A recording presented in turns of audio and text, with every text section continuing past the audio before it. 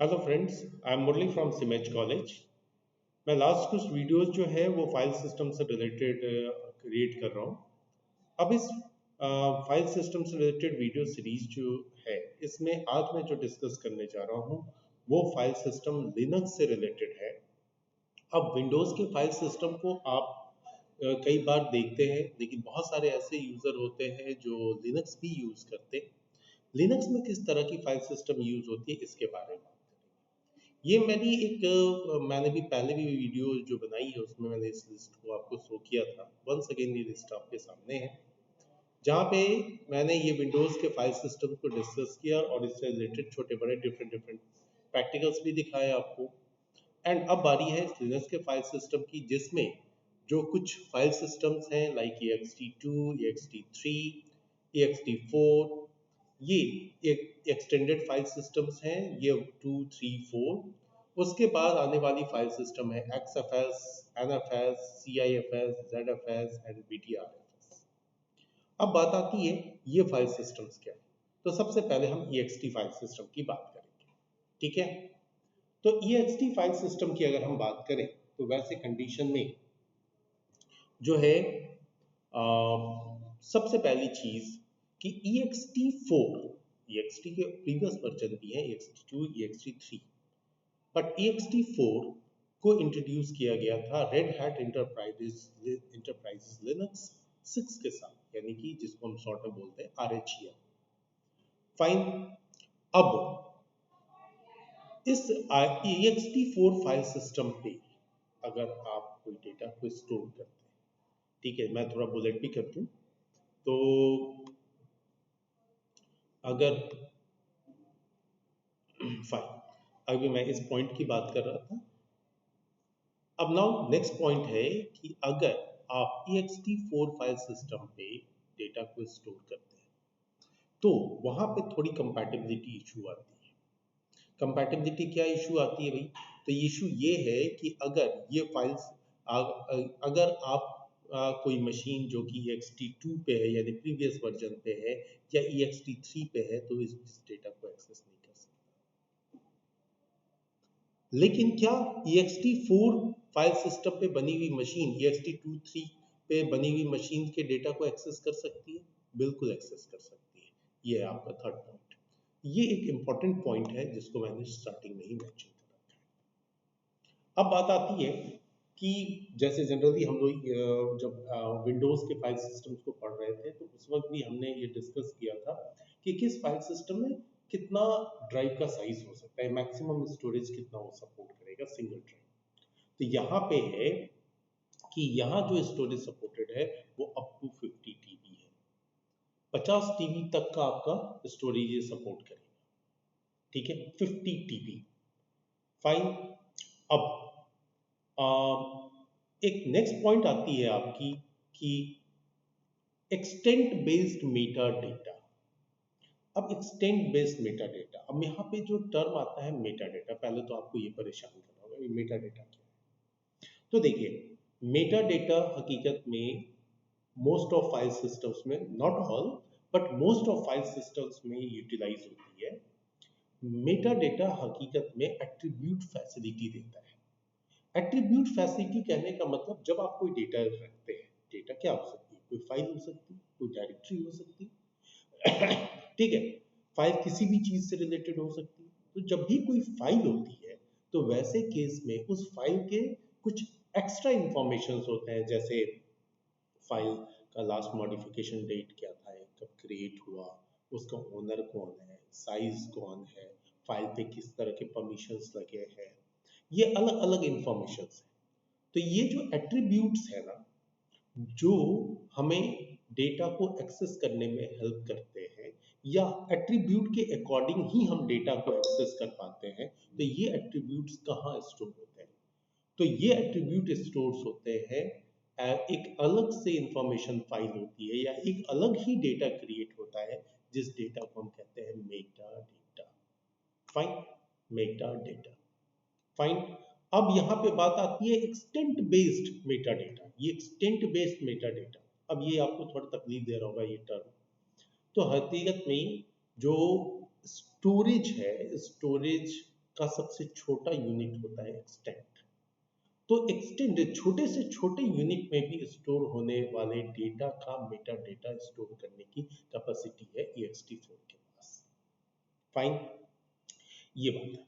अब next point आता है डिलेड अलोकेशन। अब डिलेड अलोकेशन सुनते ही दिमाग में आ गया यार तब तो ये स्लो हो जाएगा। ओके, अगर हम छोटे नॉर्मल सिस्टम की बात करें ना तो वैसे केस में ext4 बेस्ट फाइल सिस्टम है लिनक्स के लिए, ठीक है। बट यहाँ पे डिलेड अलोकेशन में भी एक पॉजिटिव पॉइंट है। टर्म नेगेटिव है लेकिन पॉइंट पॉजिटिव है।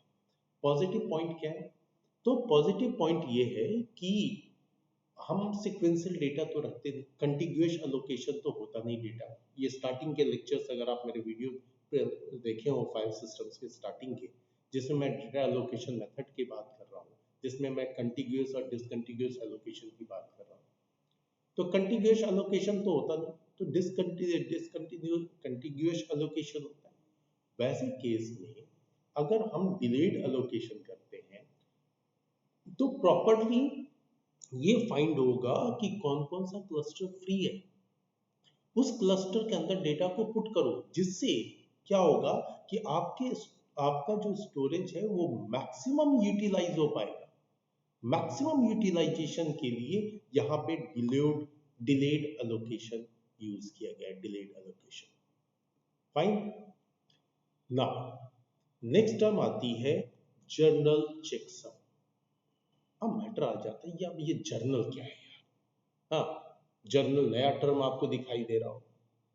तो जर्नल की अगर हम बात करें तो जर्नल हकीकत में ये रिकॉर्ड रखता है कि आपका कोई अगर डेटा है तो उस डेटा के जो छोटे छोटे पार्ट में आपने उसे तोड़ा, ब्लॉक में आपने उसे तोड़ा, वो ब्लॉक्स कहाँ कहाँ पे स्टोर हुए हैं।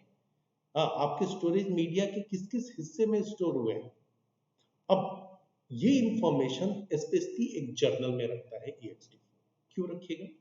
जिससे कि आपको डेटा को फेच करने में आसानी हो, डेटा स्टोर करने में भी आसानी हो, डेटा फेच करने में भी आसानी हो, जिसे हम कहते हैं कि सीक टाइम और लेटेंसी टाइम ये ज्यादा से ज्यादा कम हो। अब यहाँ पे मैटर आता है कि जर्नल चेकसम लगा हुआ है, एक टर्म और है चेकसम। तो चेकसम का क्या मतलब होता है? चेकसम होता है कंसिस्टेंसी चेक करने के लिए। कंसिस्टेंसी चेकर अगर लगा रहेगा तो कभी भी डेटा को फेच करने में एरर नहीं आएगा। तो एरर ना हो इसके लिए चेकसम लगाया जाता है। ये जर्नल चेकसम का काम है। नो डाउट ext4 जो है वो लार्ज डेटा स्टोरेज को सपोर्ट करता है। गुड।